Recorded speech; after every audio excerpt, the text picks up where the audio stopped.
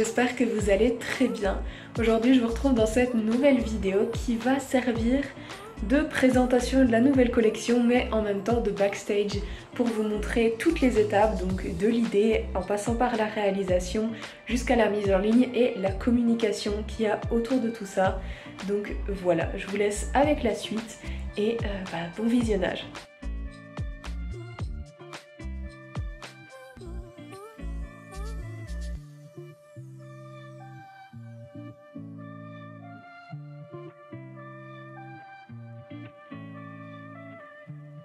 Alors comme vous avez pu le voir, la première chose que je fais quand je veux commencer une collection, notamment de boucles d'oreilles, je prends mon carnet de croquis et je pose un peu toutes les idées que j'ai en tête. J'ai mis les couleurs dont j'avais envie, bon là elles ressortent pas très bien. Après ici j'ai mis des idées de techniques que j'aimerais utiliser, notamment le terrazzo. Je vous mettrai des exemples à l'écran de ce que ça peut être. Et après la partie la plus sympa c'est de faire des croquis des modèles que j'aimerais faire. Donc je vais pas faire tout ça, mais je pose toutes mes idées à plat, ça peut servir pour plus tard. Donc maintenant je vais venir en sélectionner quelques-uns, les retravailler, essayer de les adapter avec les couleurs que je veux faire, etc. Donc je me dis que le modèle là il peut être sympa. J'aimerais bien aussi tenter des créoles comme ça. Après il faut des modèles un peu plus plats pour bien voir le motif. Je pensais à celui-là et peut-être aux deux là aussi, donc on va voir, peut-être que ça fait beaucoup. Et j'ai oublié de préciser, mais comme j'ai déjà une idée de la technique que je vais utiliser, je vais pouvoir adapter mes modèles ici avec les emporte-pièces et les patrons que j'ai déjà ou en recréer.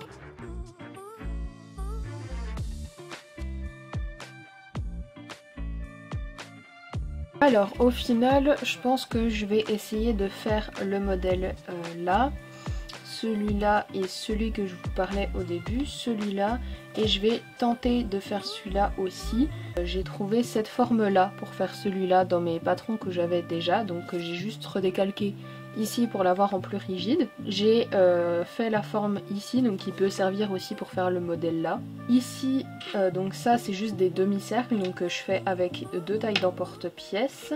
Et les formes ici, je vais utiliser un emporte-pièces goutte comme ça. Et pour la forme ici, je vais un peu modifier, je pense que je vais utiliser un des deux patrons là. On verra bien, si ça rend pas bien je changerai de forme ou j'abandonnerai l'idée. Donc maintenant je vais découper ça et après je passe à la palette de couleurs. J'ai trouvé les trois couleurs là déjà ouvertes dans mon tiroir. Alors j'aime plutôt bien, je vais essayer juste sur une petite plaque de blanc que j'ai juste à côté. Juste avec les couleurs brutes, voir si ça me convient et si ça rend bien. Donc on va tester. Et si ça rend pas bien, bah au pire on recommence. De toute façon les créations c'est fait à base de tests, donc voilà. Ce que je vais faire c'est que je vais faire une plaque de blanc et après des plaques très fines des couleurs là que je vais déchirer en petits morceaux. Normalement ça va marcher, donc testons, c'est le principe.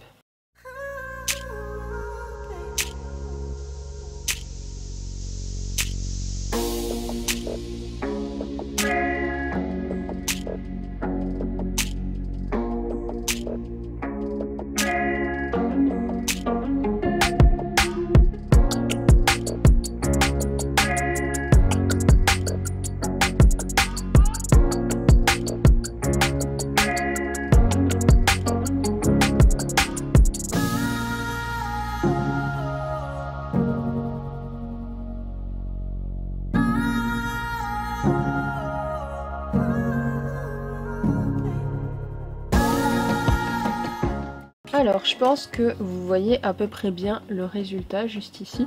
Je crois que j'aime bien et que je vais laisser comme ça. Là la pièce est peut-être un peu fine, donc je vais sûrement en refaire, mais je crois que j'aime bien les couleurs, le fond, etc. Je pense que ça va être pas mal. J'hésitais à mettre un fond blanc, genre une pâte un peu comme ça, un peu granit. Mais je pense que ça ferait trop, donc je pense que je vais laisser comme ça me paraît pas mal. Au début j'avais un peu peur parce que ça fait un peu genre couleur primaire, mais au final je pense que j'aime bien. Donc on va faire ça en beaucoup plus grand, en plus épais et avec plein de formes et ça va être très cool.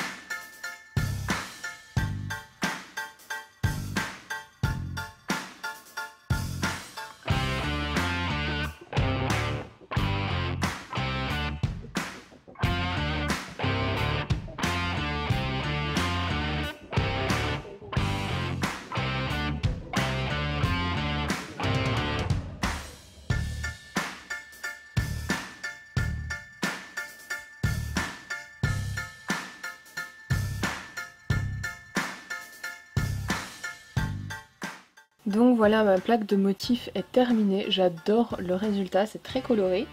Donc maintenant je vais pouvoir venir reprendre tous mes modèles et toutes les pièces pour savoir lesquelles je dois découper et combien de fois. La forme là, celle-ci, et j'ai fait le petit truc qui va au-dessus, et celle avec les ronds et les gouttes, et on verra pour faire les créoles après puisque ce sera pas la même technique je pense.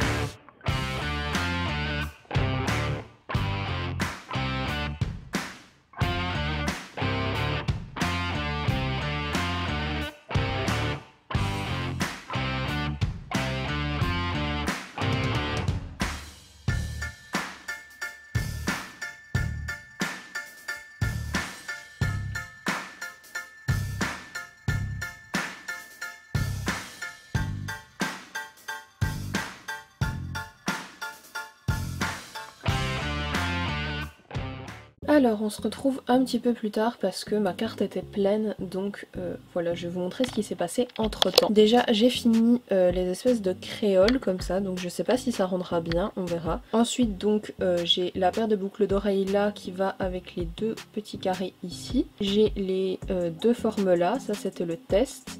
J'ai celles-ci qui vont aller sur les créoles, les demi-cercles qui vont ensemble avec toutes les petites gouttes qu'il y a par là. Entre temps il me restait de la place pour refaire des boucles d'oreilles, donc j'ai fait les deux là avec les cercles rouges qui iront juste ici. Et j'ai fait également des tests, donc deux gouttes juste pour mettre avec un crochet doré.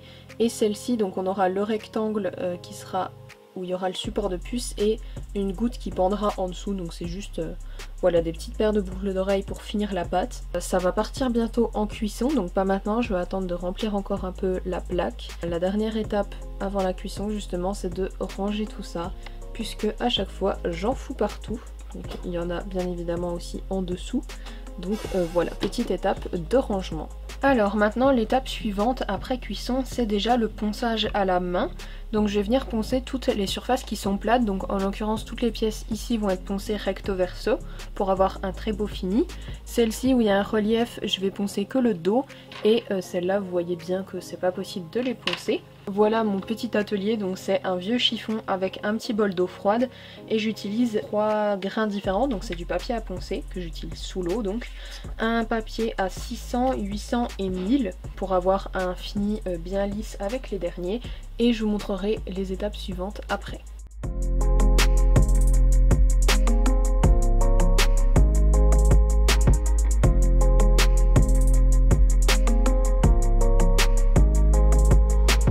Le premier ponçage est fait, maintenant tant que mes pièces sont encore mouillées, comme le dos est blanc, je vais venir prendre du dissolvant pour enlever toutes les petites saletés. Donc voilà, maintenant toutes mes pièces sont poncées et sèches. Je me suis rendu compte qu'il y a des pièces où j'avais oublié de faire des trous, donc j'ai utilisé un tout petit foret comme ça. Voilà, je vais percer ça à la main, genre le test que j'avais fait au début, j'avais pas fait de trou. Donc je vais en faire un, je pense que je vais en faire un pendentif. Et les deux pièces là, j'ai oublié de percer un trou de chaque côté. Ça change rien de le faire avant ou après, c'est juste que comme j'ai pas de machine et que j'utilise juste un foret avec mes mains, c'est plus long et plus compliqué, mais ça ne change absolument rien, donc je vais faire ça et on continue le ponçage. Et maintenant que les trous sont finis, je vais pouvoir passer à la fin du ponçage, donc j'utilise une petite ponceuse électrique à main comme ça, avec déjà un petit embout qui ponce comme ça, et je vais venir poncer toutes les arêtes, les petits coins, etc.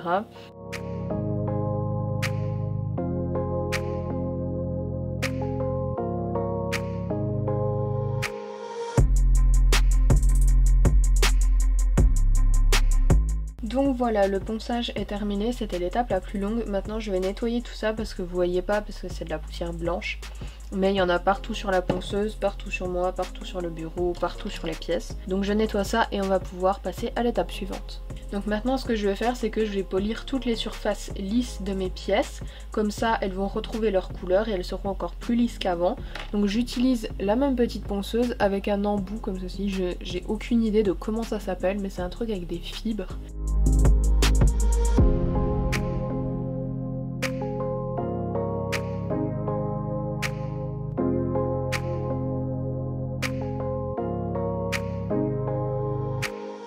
Je voulais essayer de vous montrer la différence entre une pièce qui n'est pas polie et une qui est polie.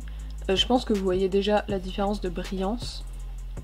Donc là il n'y a aucun vernis, vous voyez ça brille déjà bien, alors qu'ici elle est complètement mate. Et maintenant que les finitions principales sont finies, genre tous les trucs salissants et tout, je vais pouvoir venir coller les supports de puce, donc pour les bijoux qui nécessitent, genre les deux ici, les créoles, celle-ci, et c'est à peu près tout d'ailleurs. Donc pour les créoles je vais utiliser des puces avec des tout petits plateaux, comme ça, et pour les autres des puces avec des plus grands plateaux, qui sont juste là. Et pour les coller, le truc que j'ai trouvé qui tient le mieux pour l'instant c'est de la résine UV. Et ce que je fais en fait, je vais vous montrer, c'est que je place la puce avec un peu de résine et je recouvre le dos ici de la pièce, comme ça tient bien et ça ne se décroche pas. Donc maintenant que toutes mes pièces sont bien catalysées, on va pouvoir passer au vernis. Et ce que je fais, c'est que je viens prendre ma plaque de carrelage et j'utilise de la pâte à fixe pour fixer les pièces. Comme ça le surélève un peu et je suis quitte d'en foutre partout. Et c'est nettement plus simple. Pour les puces, je les plante dans un pain de Fimo, choisi totalement au hasard. Puisque de toute manière, je désinfecte toutes les puces avant. Donc voilà. Et pour les créoles, je les ai plantées dans un pain comme ça, de sorte à ce que ici ça touche pas le bureau. Voilà, j'avais pas trop d'autres idées magiques, donc on va faire comme ça. Et ici en l'occurrence je vais essayer d'utiliser un vernis qui va avoir un effet satiné, un peu comme ça, je sais pas si vous verrez bien. Voilà, ça brille mais pas trop non plus, c'est l'effet que j'aimerais avoir. Et pour ça je vais utiliser le vernis Cernit mat.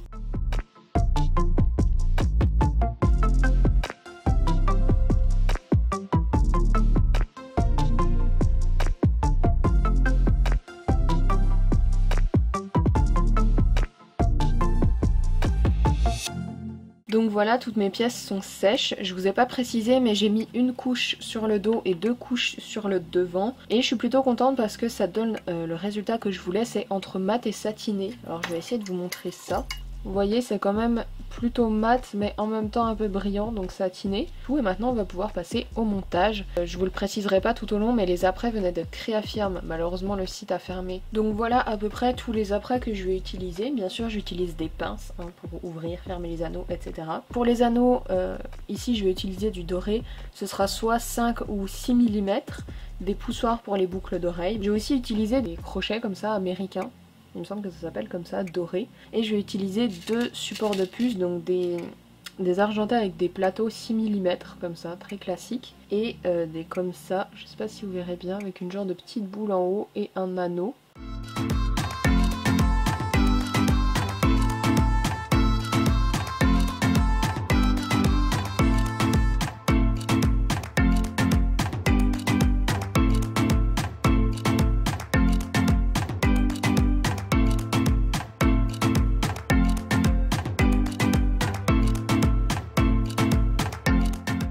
Donc voilà les différents modèles une fois montés. De toute façon je vous mettrai après ce plan des photos ou des vidéos de ce que ça rend quand c'est bien, dans une bonne lumière, etc.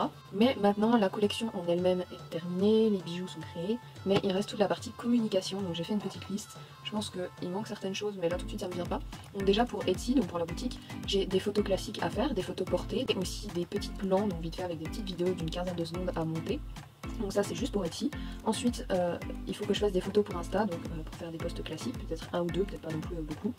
Ensuite j'ai commencé déjà à tourner, mais je vous ai pas montré un TikTok, un Reels, puisque je vais reposter le TikTok en Reels, bref, vous avez compris. Il faut que je prépare aussi les stories pour le lancement de cette collection et en même temps finir la vidéo que je suis en train de tourner actuellement. J'en fais pas pour toutes les collections, c'est pour ça que je l'ai mis entre parenthèses, mais du coup il faut aussi que je fasse une story par rapport à cette vidéo. Donc voilà mes petites créations en tout cas, je suis très contente du résultat. J'aime beaucoup celle-ci. Celle-là je dirais, et en fait je les aime toutes mais j'allais vous dire celle-là, celle-là puis celle-là, mais voilà.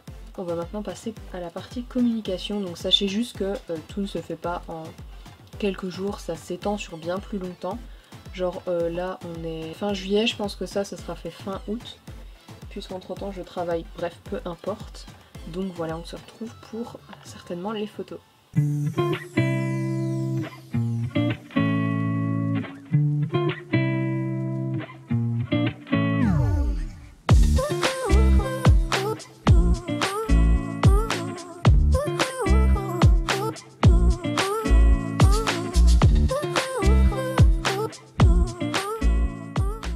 Donc je viens d'installer mon petit setup, je suis pas chez ma mère, c'est pour ça qu'il est différent d'habitude, mais j'ai quand même mes petits éclairages, mon fond blanc et la collection qui est juste là. J'ai refait des petites cartes par rapport à ce que je faisais avant pour présenter les boucles d'oreilles, donc voilà, je les trouve beaucoup mieux. Et j'ai également des petits morceaux de bois que j'avais récupérés que je place à chaque fois, comme ça fait une cohérence sur les photos. J'ai ramené aussi des branches, ça peut toujours servir. Et c'est parti, on va prendre tout ça en photo. Donc je voulais en profiter pour vous montrer vite fait, comme je peux pas faire de timelapse, ce que ça donne à peu près quand je prends les photos. Donc vous voyez, on a le morceau de bois derrière, les boucles juste ici. Je trouve que les nouvelles cartes mettent mieux en valeur les boucles d'oreilles parce qu'avant j'avais des cartes avec des visages comme ça, mais après coup je trouve ça mieux comme ça. Avec les petites feuilles ici, ça rajoute une petite touche de verdure, j'aime beaucoup. Donc voilà en gros ce que ça donne. Alors je vous ai pas montré toutes les étapes en soi puisque c'est un peu long et pas intéressant, mais je vais faire un petit récap. Donc déjà dans mon ordi j'ai l'onglet boutique, ensuite bijoux. Après donc ici j'ai ma collection, donc celle qui nous intéresse. Et là je mets toutes les photos brutes. Ensuite je vais sélectionner ici toutes celles que je vais modifier. Donc modifier c'est déjà dans un premier temps sur Photoshop avec la luminosité. Que la luminosité, uniquement ça. Je ne retouche pas du tout les photos, les couleurs ou quoi que ce soit. Donc bref, les photos modifiées une première fois. Et une deuxième fois où je vais venir modifier le format pour que ça passe sur Etsy.